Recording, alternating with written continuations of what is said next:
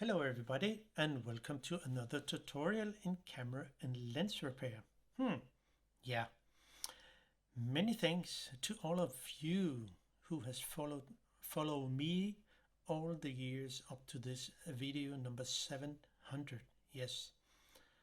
It has been an amazing journey and yeah, there will be more videos will come. So best regards from me, Kenneth. Now, to something different.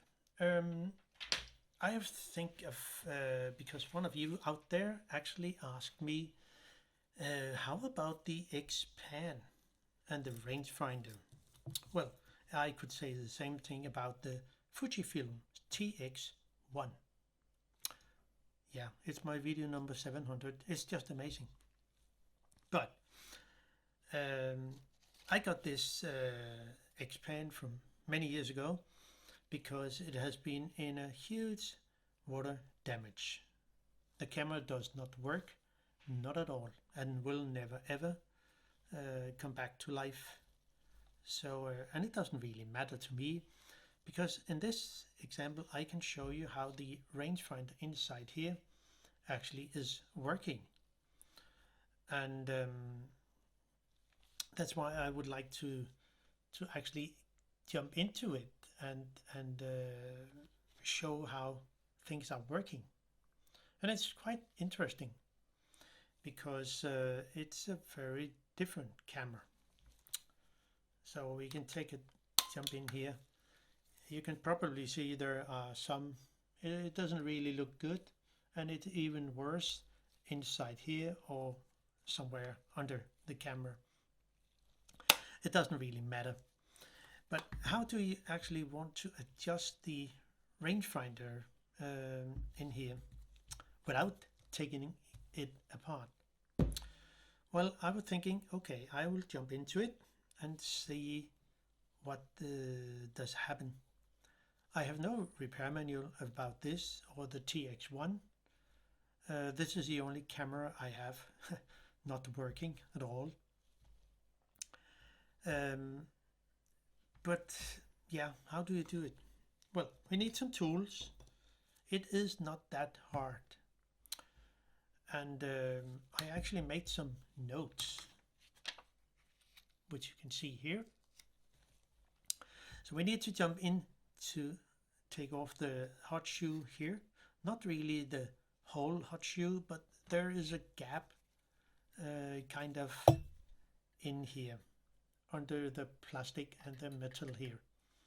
So I will show you how you can come into it, but I will also just to have an idea of what actually happened under the hood. So I set up an arrangement with another camera, and it should facing towards the focus plate, which I set up and arranged it all. But to get into where you can see where you can adjust it, we need to dig under here, and there is a little. You probably can see it here. There is a little gap here where you can put in a small pointy flat thing. It could be a very little screwdriver or so you can lift it up a little. So hopefully you can see it here. Lift it up a little.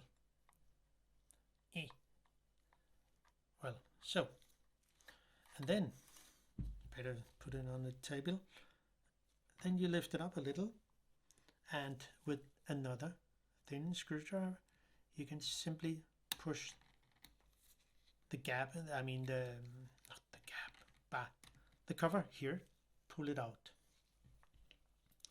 It is quite easy. And then we need a JIS. You see, it's a JIS, and it should be JIS because it's a Japanese camera, basically. Well, it says Hasselblad, but it's made in actually made in Japan. So we need to take out the 4 screws here. And if, just in case, it happened now and then with that kind of equipment, if the screws are really hard to lose, we can use some isopropyl alcohol, 99% or so. And in that way we can just a little on a cotton bud and simply add it to the top of the screw head so it can suck into the actual thread here on all 4 screws. I mean, the screws are a bit rusty, but it doesn't really matter to me. So we can simply unscrew them. They're very short, so you can see, yeah, countersunk, and take that out.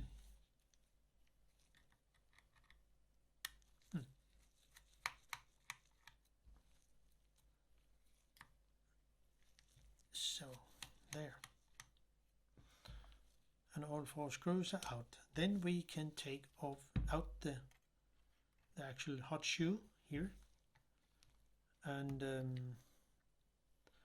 nothing really special. And then we can take out the plastic cover which sits on top of it. There's no wire or so. It's simply a spring, this little spring here, that's attached to the little circuit board which is under here. So that's it. Now if we look closer to this here, hopefully you can see it. You see there is a kind of a wheel down there. It looks like a dented wheel. It will say this wheel here, which is actually this wheel here. And that's for the vertical alignment. And you can push the wheel one way or the other, depending on what the rangefinder said, if it's off in some way. The other screw, which sits quite close to it, this one here, is for the horizontal rangefinder adjustment. And it's the little, hopefully you can see it. You see the red varnish down here, and there is a little screw kind of, but it's more an eccentric, and which we actually can, with a screwdriver, put it down there and move the adjustment if you turn the screw one way or the other. Then the ghost frame, I mean ghost picture from the rangefinder here, it will move something around underneath here, and it will move the picture that way, or I mean right or to the left. So in that way you can actually adjust it to perfect, which I will show you sooner. But for now it can be a little problem, because if there is some varnish down here, which you maybe can see, there has been some, but since I've been into it and figure out how it is actually working, so by pushing, I mean, you can have the screwdriver, like, hopefully we can see it here. There is a gap. You can see maybe a better tool to show it. There is a little, what do you say, a little notch over to this side here.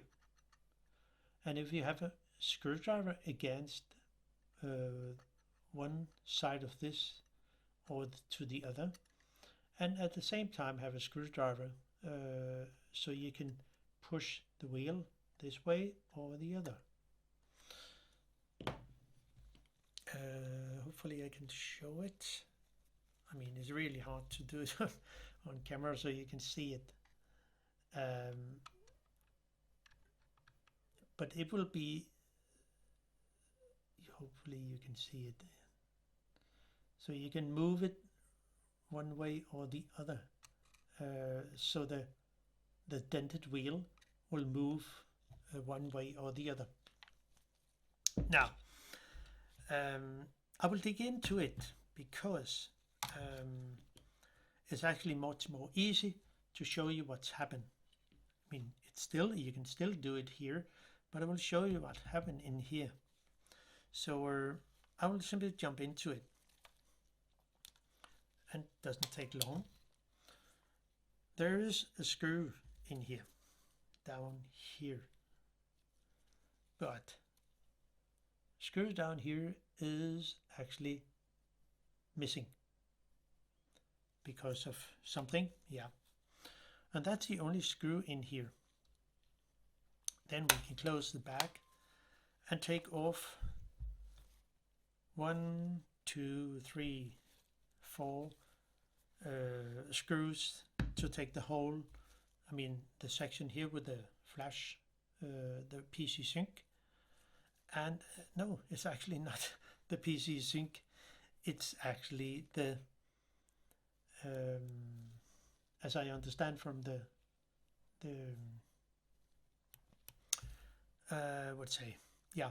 the user manual, it's a what do you say, a remote control clock. So you can add a little screw with a cable and you can fire it remote.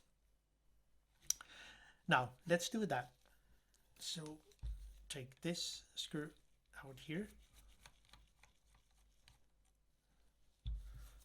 See, there it's a little bit longer than this screw here.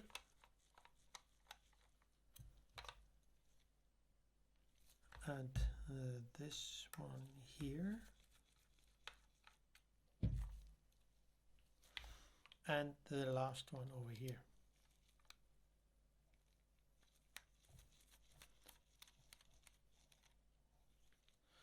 It has have a hard time, this camera. So now we can actually lift up the whole top cover here, and have a good finger here so you just not pull out this part here. It's easier when you take out the eyepiece here, it's no problem. And then we can lift up this. I think it's best if the viewfinder or actually the frame selector here is not in that position, but it should be there. Then it's more easy to pull off that way, not up, but all the way up to the more to the right, so we can lift it up and see that way here. See, there is a little pin in here, so we need to get that away. So this is how it looks. Now this one is, this pin here is actually the pin that goes in here, which I was missing. Now the plastic part here, which have the remote plug here, connector. I mean, the wires are not good anymore because of the water damage. So and now we can see the blue wire. Hopefully it will be the same in your camera, but the blue wire is on this the back plate here.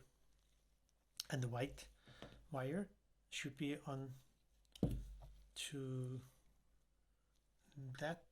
Hopefully you can show it. This pin here, this one, this little pin here. So now this is how it looks inside. Not good for all the water damage, but yeah, I've seen better days. And now if we look closer into here, it's even more worse. And if we look down here, it's even much more worse. So it is. So now this is the selector with the notch here. It's where the pin here on the back with the frame selector sitting here, and it will push against this part here and push and change. Actually, I hope it can be seen. I cannot remember how bad it was, but if we look in here, see that's a double frame, and if I move the selector, it will change in here. But you might think it will also change the viewfinder here. No, not really. The selector, the frame selector, is only for the how wide the film is, not actually what you see in the viewfinder. Not really. Yeah, there is some, but not much. Oh. So if we look here on the front, there is, when you put a lens on here, you click it in. I do not have a lens, but it doesn't really matter. The lens, whatever it is, it will push down here on this pin. And at the same time, if we look up here, so we can see what's actually happened in this mechanical way. Quite interesting. So I push down and it will change the viewfinder if it's more white or it's more closer focus. So this lens, this eyepiece here, viewfinder part, is more the wide angle, and this is for closer, if we got a different, what do you say in English? A different focal length, which will be a longer focal length lens. What happened actually? I can free the viewfinder here, the viewfinder lenses here, from actually the mechanical part down here by taking out this a little. It does not really do any harm, but I can pull it out a little and then push it over here so we can see what's happened. But of course, if we look into here, the frame in here in the frame here would of course also change if I move the frame selector. Difficult to do here. So this is more the actual film frame selector. And of course the rangefinder, which will push against, the lens will push against the rangefinder lens roller here for changing the focus. And if you look closer up to here, we can see how it will change the what's happening here. But if we want to get a little closer into here, so I can take off the little circuit board here, which we can have a much better view. The screws are really rusty, but it's possible to unscrew them. And the wires are not really good at all. So unscrew the 3 screws here. We can dig under it and have a look of the actual rangefinder parts. Remember, there is a flex cable here, which I can show you here. It should, of course, normally it would sit up here. There should be a connector here, but it's missing. Doesn't really matter to me, but you should take really good care when you pull out the flex cable here. And of course the wires here are really bad, but of course if you want to take out the flex, you first pull out the lock here, one on each side, and then pull out the flex. So, but it's not really useful here, so I can lift it up and let it sit just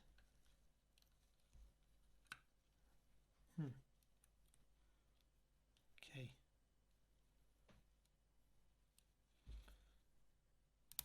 So, and now it can sit there. So now we can better see what's going on in here.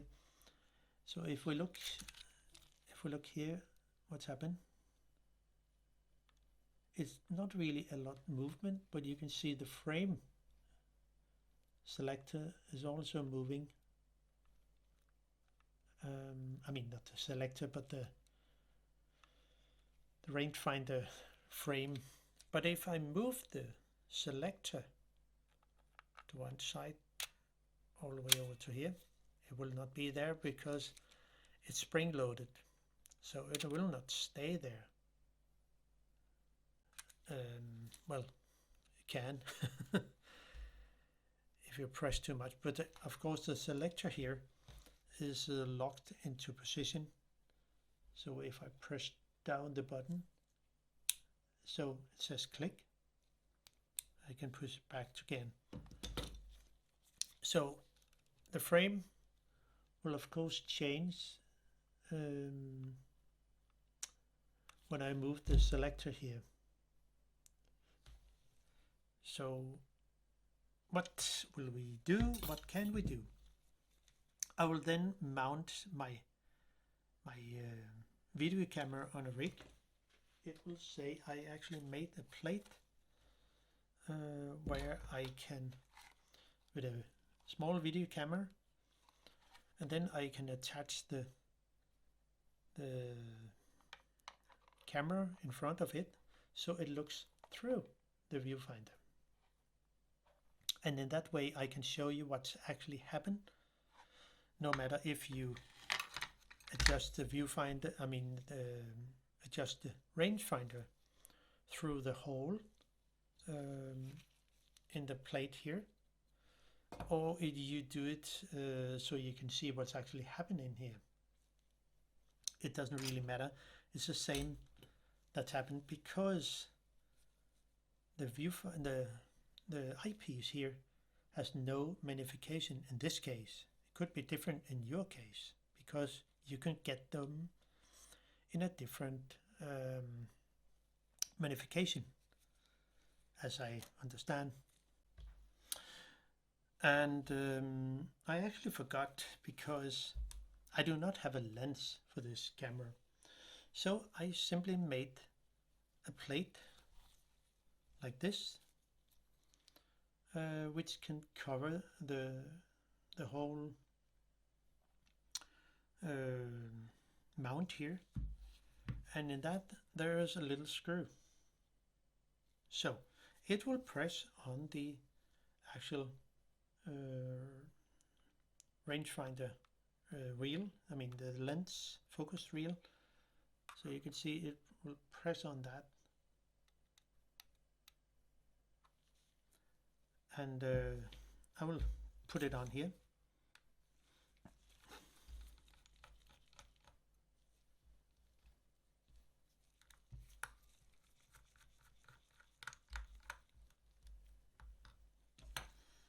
So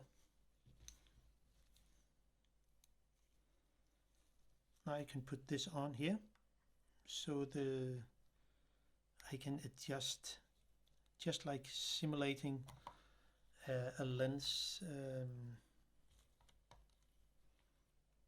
focusing when you focus a lens. And it works pretty good. I've actually tried and adjusted.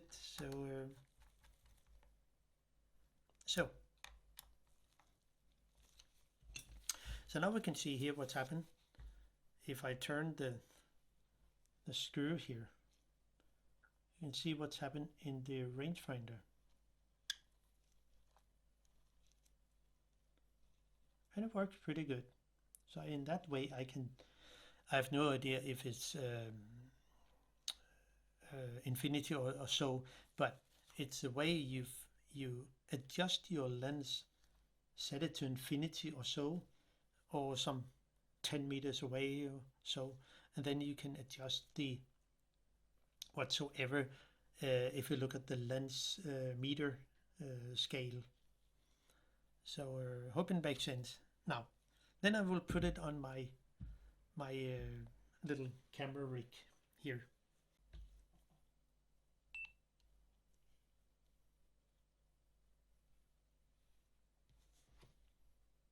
Okay, now I set up the whole equipment, and in that way you actually will look into the viewfinder here. I will say here. You can see my blue gloves, and if I go over to the actual rangefinder window, you will, which is over around here, you can probably see I cover whatsoever is on the rangefinder window. So you can actually, now you can see the whole I mean the actual direct window here. I can cover it now with my screwdriver, and now I can see, if I look through the viewfinder, you can see it. The rangefinder is out of alignment. So if I adjust my lens, or just turning my screw here, you can see what's happened in here in the viewfinder. So it's both vertical and the horizontal, which is quite off no matter what I do. So I can begin to, let's see, adjust the horizontal, or maybe I should take the vertical alignment first, but sometimes you have to adjust both of them. It will say the same with the Hexa, Konica Hexa has the same kind of viewfinder.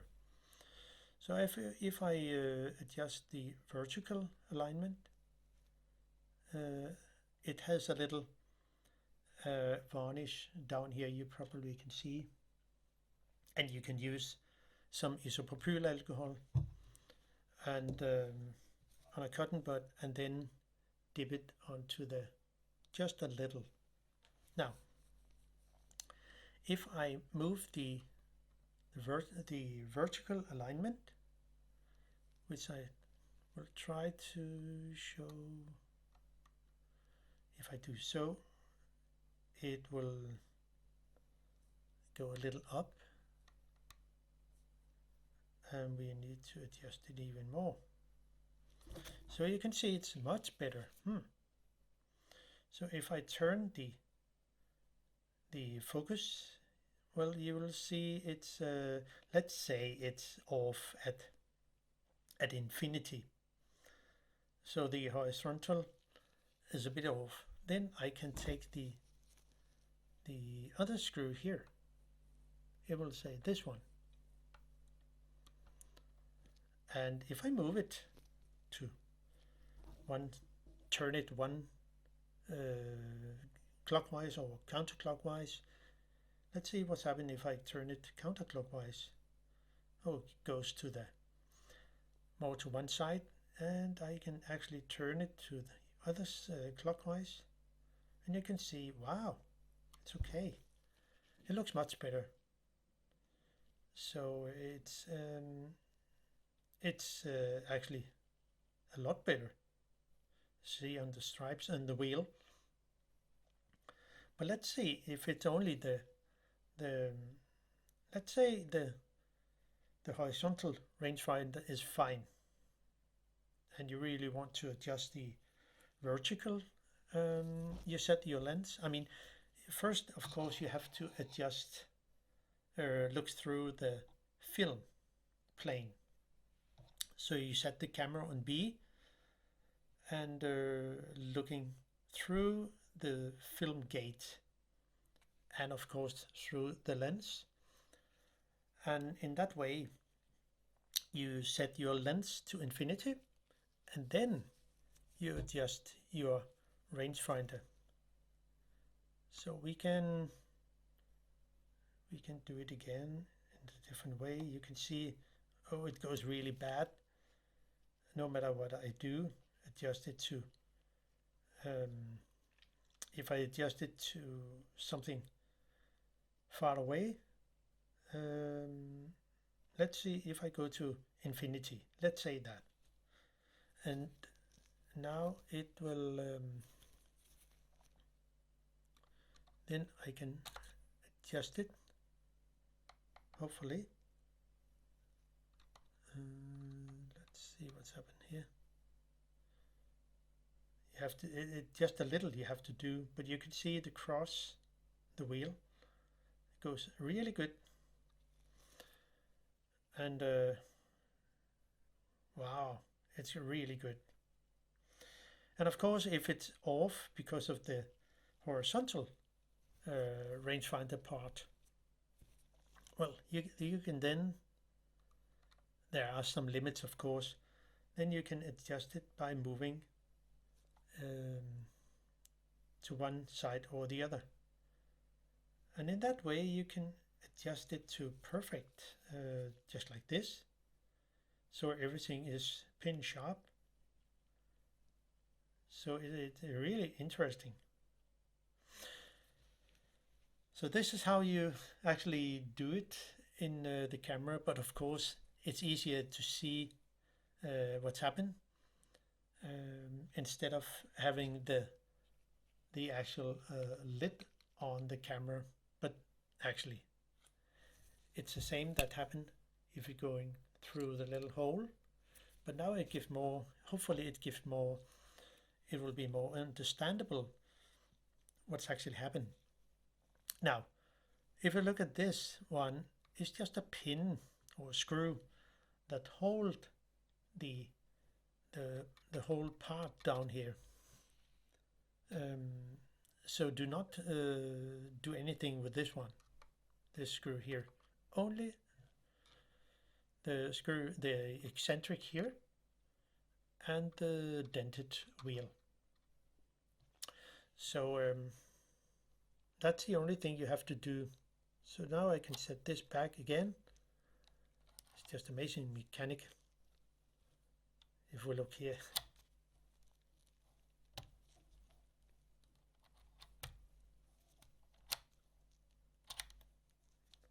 and of course you can see through the viewfinder what's happened if I move the